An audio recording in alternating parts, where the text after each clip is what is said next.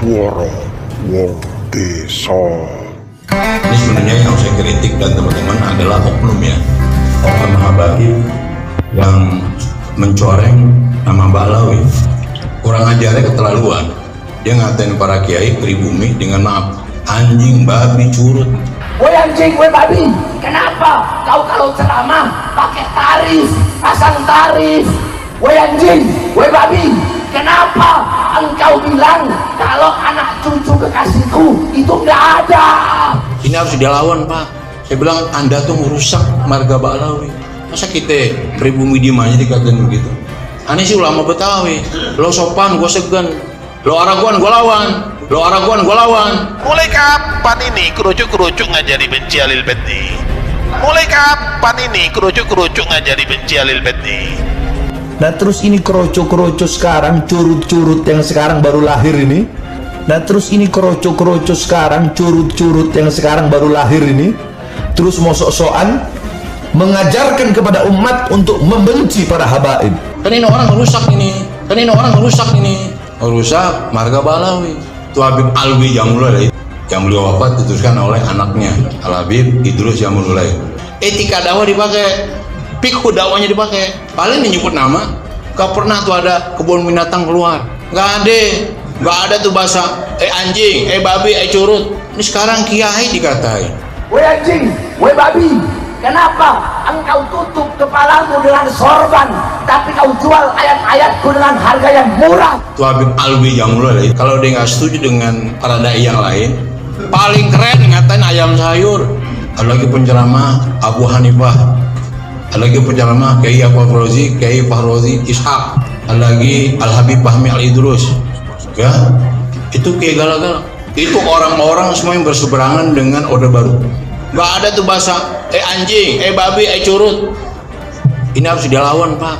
Saya bilang Anda tuh merusak marga Ba'lawi. Assalamualaikum warahmatullahi wabarakatuh. Para sedulur, demikian tadi kita mendengar cuplikan ya dari penceramah dari Betawi. Sebelumnya saya ucapkan selamat berjumpa ya dengan saya Cak Yudi, masih di channel Suara Wong Desa. Wong Desa yang punya suara, Wong Desa yang ingin ikut berbicara, walaupun suaranya sedikit sumbang, suaranya mungkin pada kecedot gak jelas, tapi ya minimal saya ikut menyampaikan pendapat, ikut urun suara gitu. Para sedulur, saya sangat sepakat ya dengan Pak Ustadz tadi, karena seharusnya ya Bang Bahar ini malu ya, dia mengaku cucu Nabi, mengaku darah Nabi mengalir di tubuhnya ya. Dengan bangganya dia menyandang gelar Habib, katanya Habib itu masih zuriat Nabi, masih tersambung oleh Nabi. Seharusnya malu mengeluarkan tutur kata yang nggak pantas lah gitu ya. Anjing, babi itu kan kata-kata yang nggak pantas, takutnya ditiru oleh anak-anak kita ya. Sedangkan ketika orang berdakwah atau si Bahar ini dakwah, itu pengunjungnya sangat banyak gitu loh. Herannya di situ saya juga, kok pengunjungnya banyak gitu loh. Apa mereka itu nggak bisa memilih? Banyak ustadz, banyak kiai ya, banyak habaib yang sopan, rendah hati, bahasanya baik. Kok mereka suka yang itu gitu loh. Tapi ya kembali bahwa hidup itu pilihan ya. Ya aneh aja tapi gitu. Belum lagi yang bawa anak-anaknya ya kan. Anak-anak kecil ini mendengar kata-kata itu gitu loh. Mohon maaf, anjing, babi gitu. Ketika dia nanti marah atau ada permasalahan kecil dengan temannya, dia akan ingat. Dia akan ucapkan juga itu kata-kata kasar itu gitu. Ini kan tidak mendidik gitu loh. Jadi saya mohon kepada muhibinnya Habib Bahar ya, santrinya, cobalah berpikir ya, jangan hanya pakai otak ya, tapi dimasukkan ke hati, disinkronkan antara otak dan hati. Apa benar gitu loh, seorang Bahar ini adalah keturunan Nabi? Itu dulu awal atau cikal bakalnya, itu dulu yang kita pikirkan gitu loh. Seandainya betul beliau adalah cucu Nabi, berarti dia telah melecehkan Nabi ya.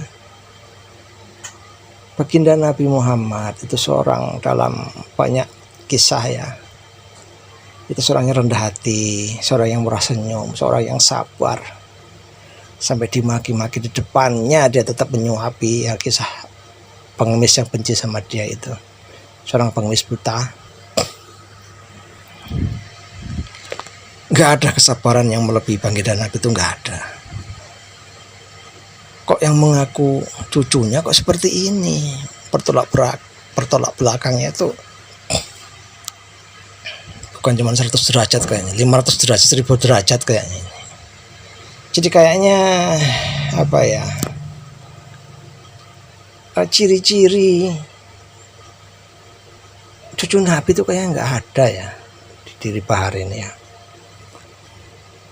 Tapi ya sekali lagi bahwa herannya gitu loh, kok bisa pengikutnya tuh banyak, itu kenapa gitu loh? Apakah mereka tuh nggak bisa memilih gitu loh? Kadang saya berpikir aneh gitu, masyarakat Indonesia tuh aneh kadang gitu loh. Bukan cuma Habib Bahar, kita tahu bahwa ketika di Indonesia ini ada orang yang mengaku Nabi, aliran sesat itu ya,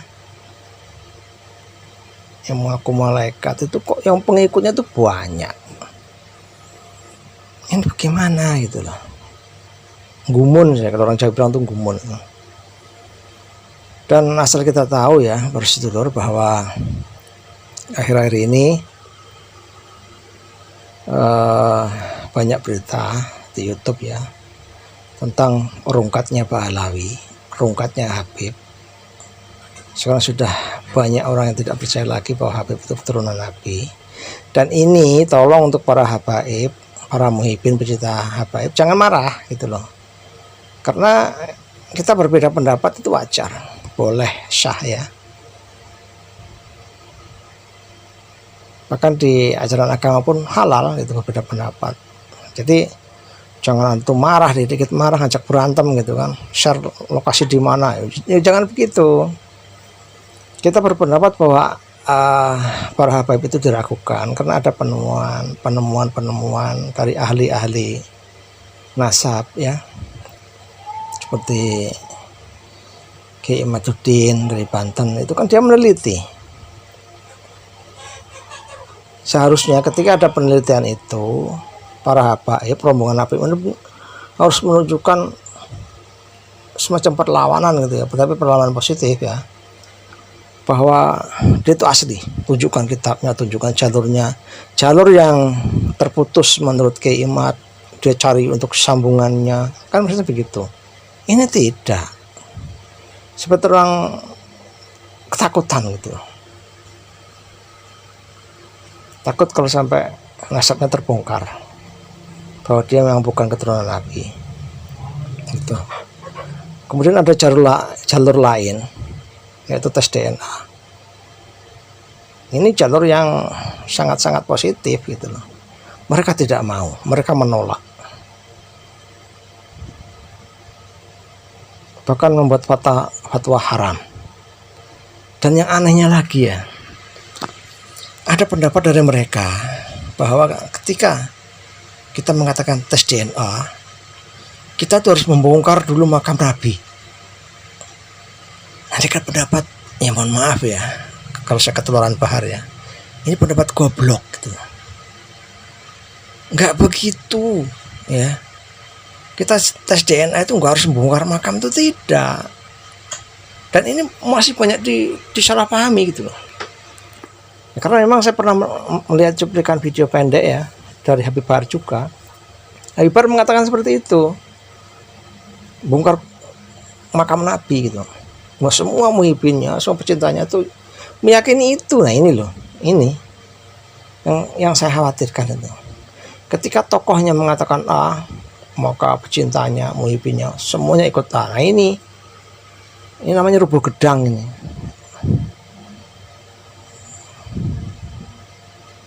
Kalau ini diteruskan, maka akan terjadi pembodohan terus menerus gitu loh di tengah-tengah masyarakat. Jadi sekali lagi bahwa tes DNA itu dilakukan oleh orang ahli, dan tes DNA itu juga bukan di Indonesia, di rumah sakit luar negeri sana gitu loh, yang alatnya memang sudah mumpuni kan begitu.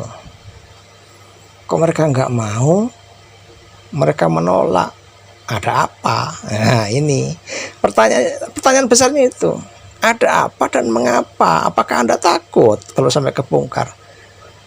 Saya mohon kepada para habaib, ya tidak usah takut, kami orang Nusantara tetap cinta kepada Anda, ya walaupun Anda terputus jalurnya dari Rasulullah, ternyata habab ini bukan keturunan Rasulullah dan terputus, kami tetap mencintai Anda, ya. Kami mencintai Anda itu bukan karena Anda keturunan Nabi, bukan, karena ilmu Anda yang sangat tinggi itulah kita hormat, gitu loh. Dulu ya sebelum munculnya Bahar, kita damai kok, nggak ada perselisihan, nggak ada permusuhan, ya. Saya pun rutin setiap Jumat Kliwon itu di ziarah keluar Batang, Jakarta Utara ya, di makamnya Habib Hussein. Orang-orang kita isinya di situ banyak orang-orang Nusantara yang ke sana. Saya juga ikut pengajian di Kuitang, hormat gitu loh, kita tuh hormat. Tapi begitu muncul Habib Bahar ini, ya itu kok jadi begitu gitu. Ya, makanya kalau boleh saya menghimbau ya lewat channel YouTube ini, bahwa para habaib itu jangan merasa kami itu memojokkan Anda, kami tidak. Anda telusuri dulu, kenapa kok ini bisa terjadi, kenapa kok sampai gelar Habib ini rungkat. Itu satu kata, karena munculnya seorang Habib bernama Bahar bin Smith. Oke para sedulur, mohon maaf apabila ada pihak-pihak yang tersinggung, karena waktunya juga sudah panjang ini ya. Kami akhiri, billahi taufiq wal hidayah. Assalamualaikum warahmatullahi wabarakatuh. Salam. Jangan lupa like, comment and subscribe channel Kakudi TV. Terima kasih.